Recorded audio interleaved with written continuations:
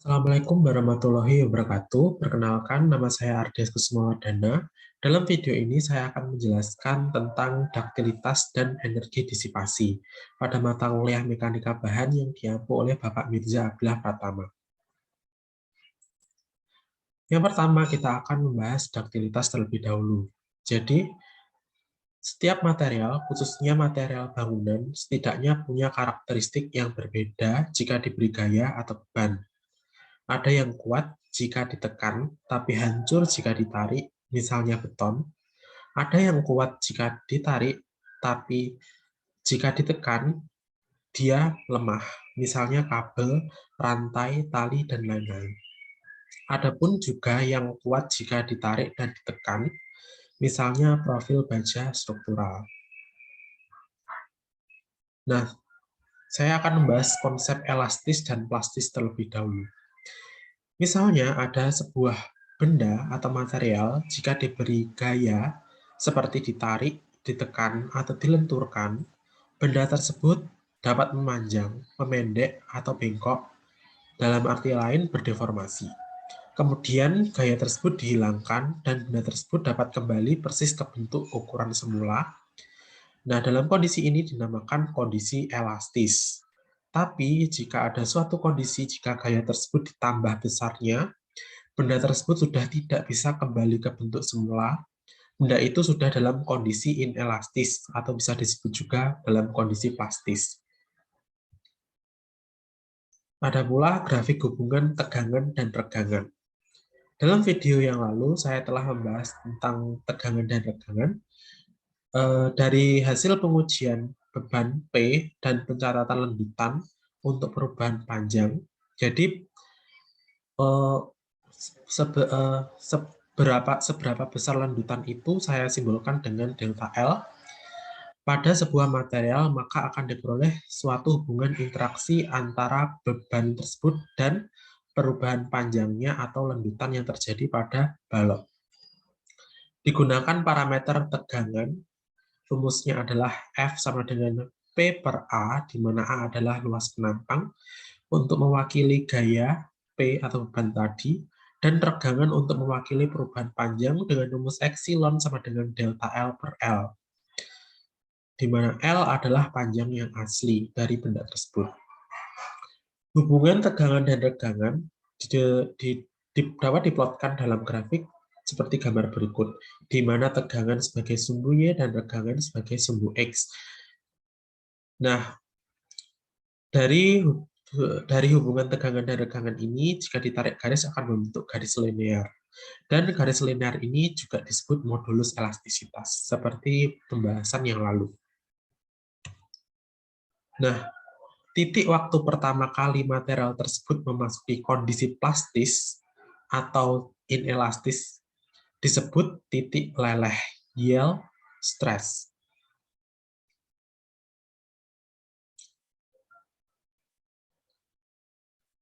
Kondisi plastis ditandai dengan jika grafik sudah tidak linear lagi atau tidak lurus lagi, dia sudah termasuk dalam kondisi plastis. Ditandai dengan garis grafik ini yang sudah tidak lurus seperti grafik garis kurva ini. Jika gaya tersebut ditambah, maka material tersebut bisa putus. Titik ini disebut titik putus atau titik fraktur atau ultimate stress.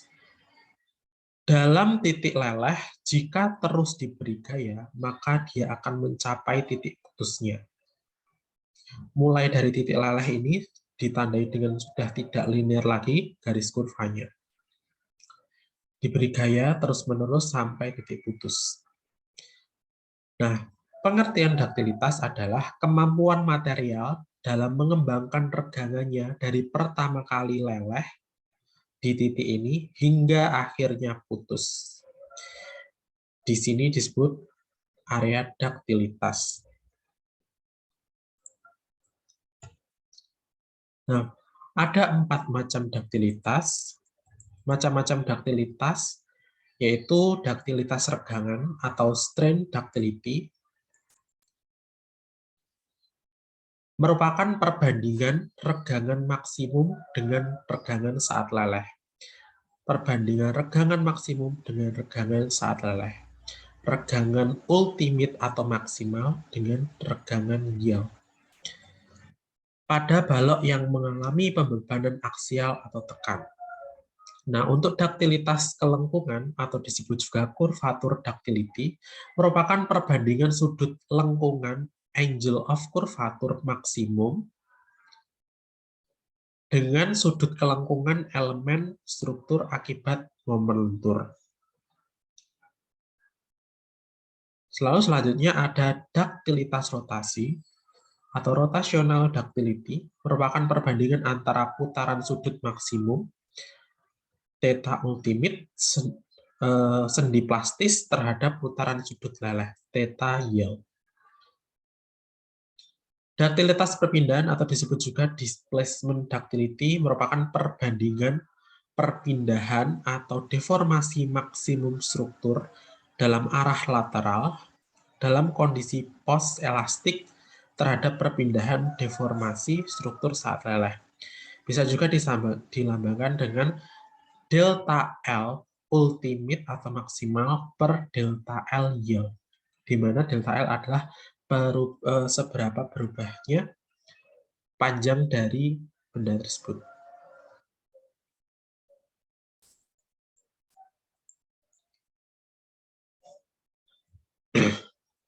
Nah, selanjutnya adalah daktilitas beberapa material.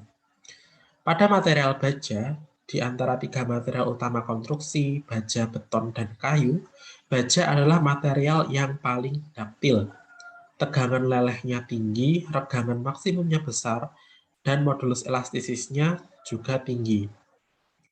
Dalam video yang lalu, saya telah membahas modulus elastisitas, di mana semakin besar nilai modulus elastisitas, berarti semakin tidak elastis benda tersebut.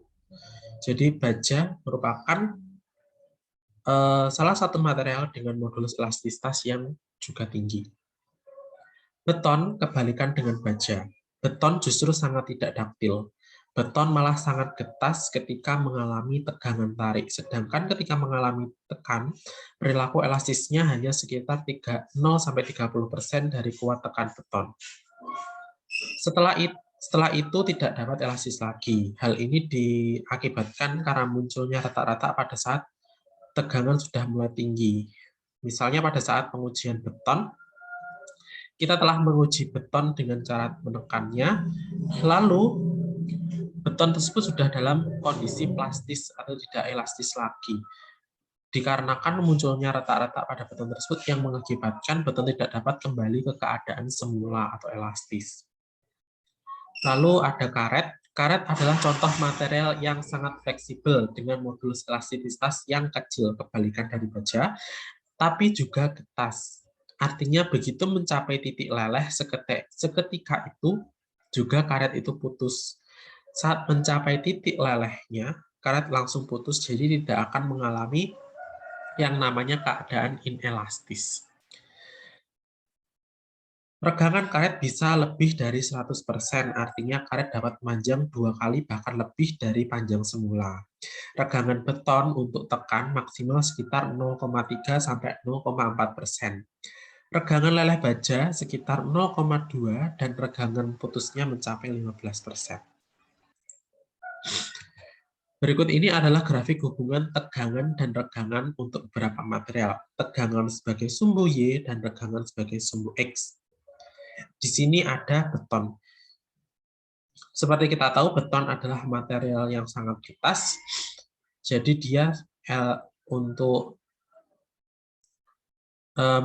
keadaan meregangnya sangat kecil dan tegangannya juga sangat kecil. Jadi dia hanya sampai sini.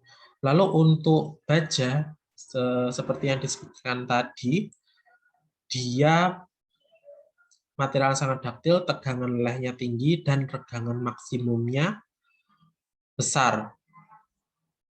Tegangan lelehnya tinggi dan regangannya besar. Dia sampai bisa mencapai yang namanya daktilitas, di mana dia meregang dari titik putusnya sampai dari titik lelehnya sampai titik putus. Untuk karet sendiri, dia tidak dapat mengalami dalam kondisi plastis, di mana dia jika sudah dalam keadaan di sini disebutkan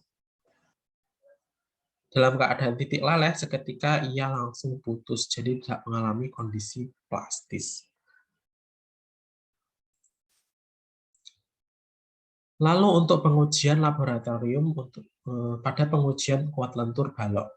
Metode pengujian menggunakan standar SNI 0341541996. Metode pengujian kuat lentur beton dengan balok uji sederhana yang dibebani terpusat langsung.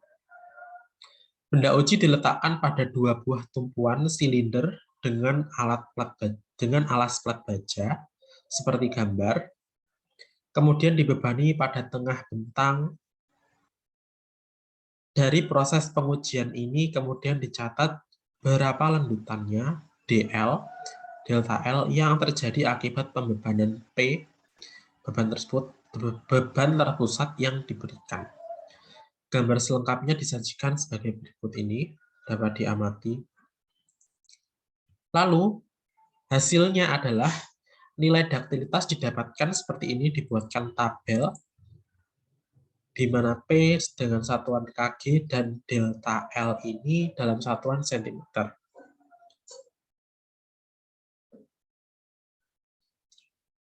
Di sini yang sebagai sumbu Y adalah P dan sebagai sumbu X adalah delta L. Dalam artian ini adalah P adalah tegangan dan delta L adalah regangannya. Lalu untuk nilai daktilitasnya adalah daktilitas menggunakan rumus daktilitas perpindahan atau deformasi, di mana daktilitas sama dengan DL ultimate, delta L ultimate per delta L yield. Ultimate berarti mencapai titik putusnya, titik putus sampai sini, itu adalah 2,5 untuk bebannya, dan delta ultimate-nya adalah 2,987. Lalu untuk delta yield-nya itu sampai titik putusnya. Titik putusnya di P 1 kg di sini karena sudah melengkung, jadi ini adalah titik putus adalah 0,432. Jadi 2,987 per 0,432 sama dengan 6,91. Di sini tanpa satuan ya untuk daktilitas. Daktilitas lebih dari 5 berarti bersifat daktil benda tersebut atau material tersebut. Nah, untuk selanjutnya kita akan membahas tentang energi disipasi.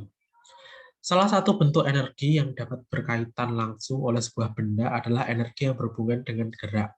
Energi dapat didefinisikan sebagai usaha yang dilakukan oleh gaya untuk memindahkan suatu benda dalam jarak tertentu, di mana dalam fisika kita mengetahui untuk mencari energi adalah gaya kali perpindahan, jarak perpindahan, di mana F adalah gaya dan S adalah jarak perpindahan yang tadi saya sebutkan. Nah, konsep energi di atas dapat juga diterapkan pada konstruksi beton yang dibebani dengan beban terpusat, gaya P yang mengakibatkan struktur berdeformasi sebesar DL, delta L.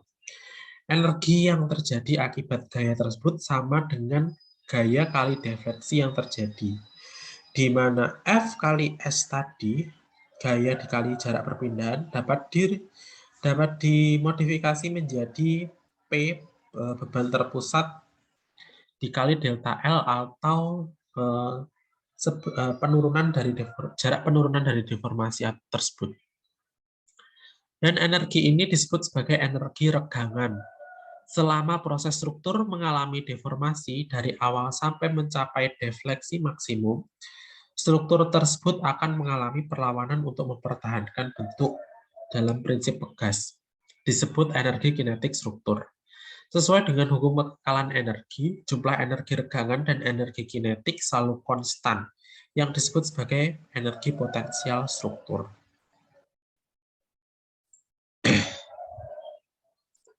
Persamaan keseimbangan energi dalam struktur akibat gempa dapat ditunjukkan sebagai berikut, di mana E adalah energi total akibat gempa terhadap struktur, WE sama dengan energi elastik, yaitu jumlah energi kinetik dan energi elastatik, WH sama dengan energi yang diserap oleh sistem redaman, WP energi regangan plastik kumulatif. Nah, pada struktur yang dibebani dengan beban siklik, energi yang diserap dalam satu siklus pembebanan, di sini ditampilkan dalam grafik adalah satu siklus pembebanan, adalah jumlah dari energi yang diserap pada saat struktur menerima beban tekan dan energi yang diserap pada saat menerima beban tarik, sehingga total energi yang terdisipasi atau terserap selama pembebanan siklik berlangsung merupakan luas daerah dari loop kurva, beban, dan defleksi seperti terlihat pada gambar.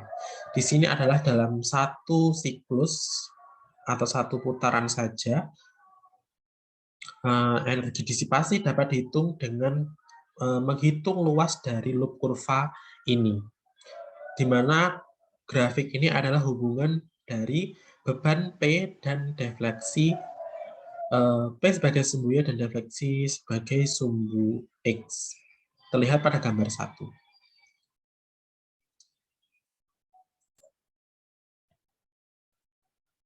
Lalu, kapasitas disipasi energi merupakan parameter yang penting untuk struktur yang direncanakan dengan beban gempa dengan periode ulang yang lama. Dalam artian, struktur yang direncanakan untuk beban gempa ini akan mengalami beban dengan periode ulang yang lama, sehingga energi disipasi merupakan parameter yang penting.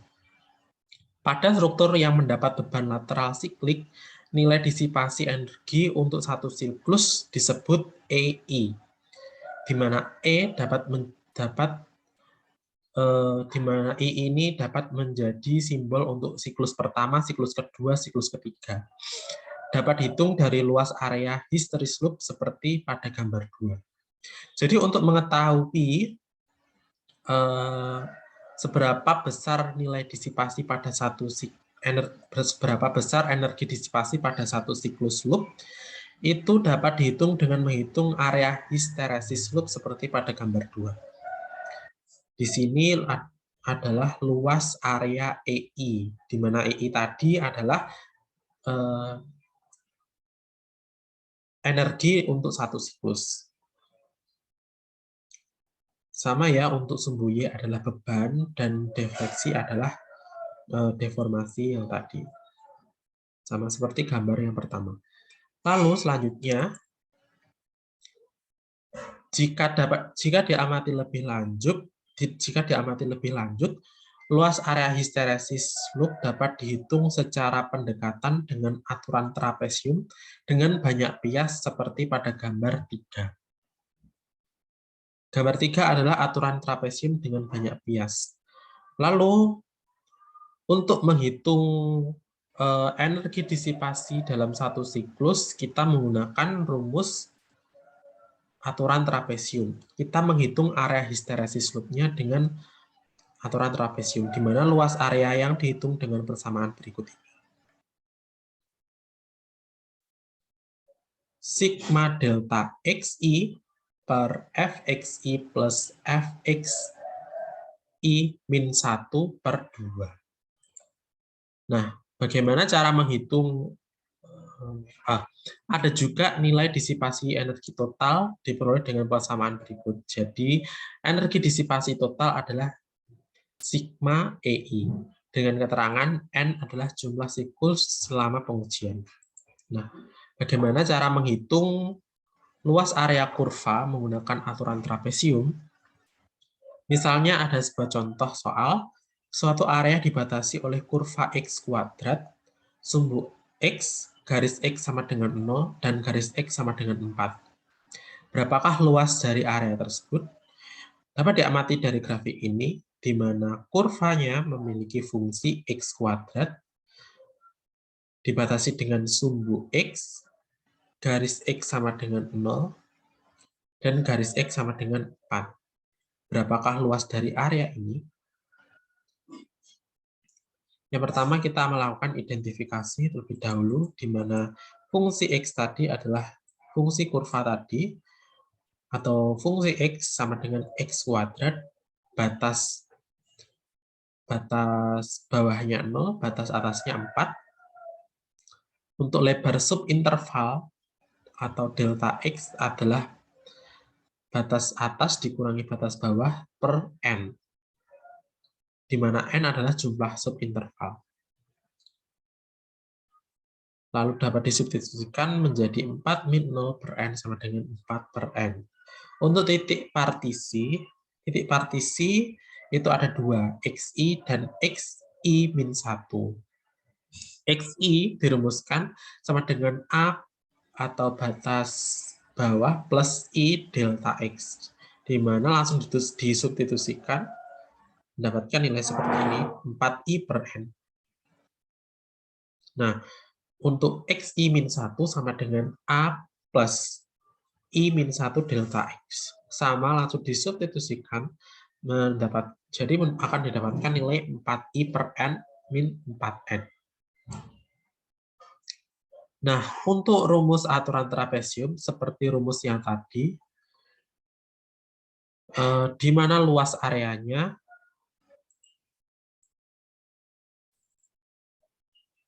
sigma 1/2 dikali Fx min 1 plus Fxi kali delta X. Dari nilai yang ditunjukkan pada kursor ini, disubstitusikan angkanya dengan yang sudah diketahui tadi, menjadi seperti ini. Lalu disederhanakan, karena nilai 16 per N pangkat 3 itu nilai yang tetap, jadi dipindahkan di sebelah kiri. Jadi 16 per N pangkat 3 sigma 4I kuadrat per min 4I plus 2.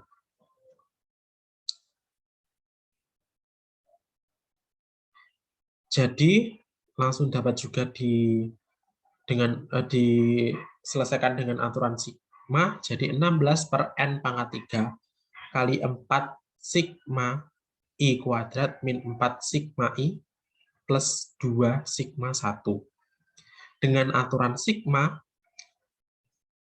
dapat dikerjakan sebagai berikut. 16 per N pangkat 3, 4 sigma I kuadrat menjadi 4N kali N plus 1 kali 2N plus 1 per 6.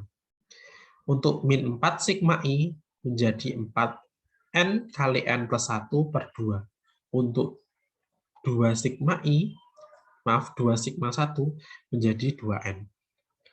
Lalu disederhanakan dengan dikalikan 6. Lalu didapatkan nilai 64 per 3 plus 32 per 3N kuadrat. Dengan nilai ini dapat dihitung luas areanya. Luas areanya menggunakan limit N mendekati tak hingga, di mana nilai Ln tadi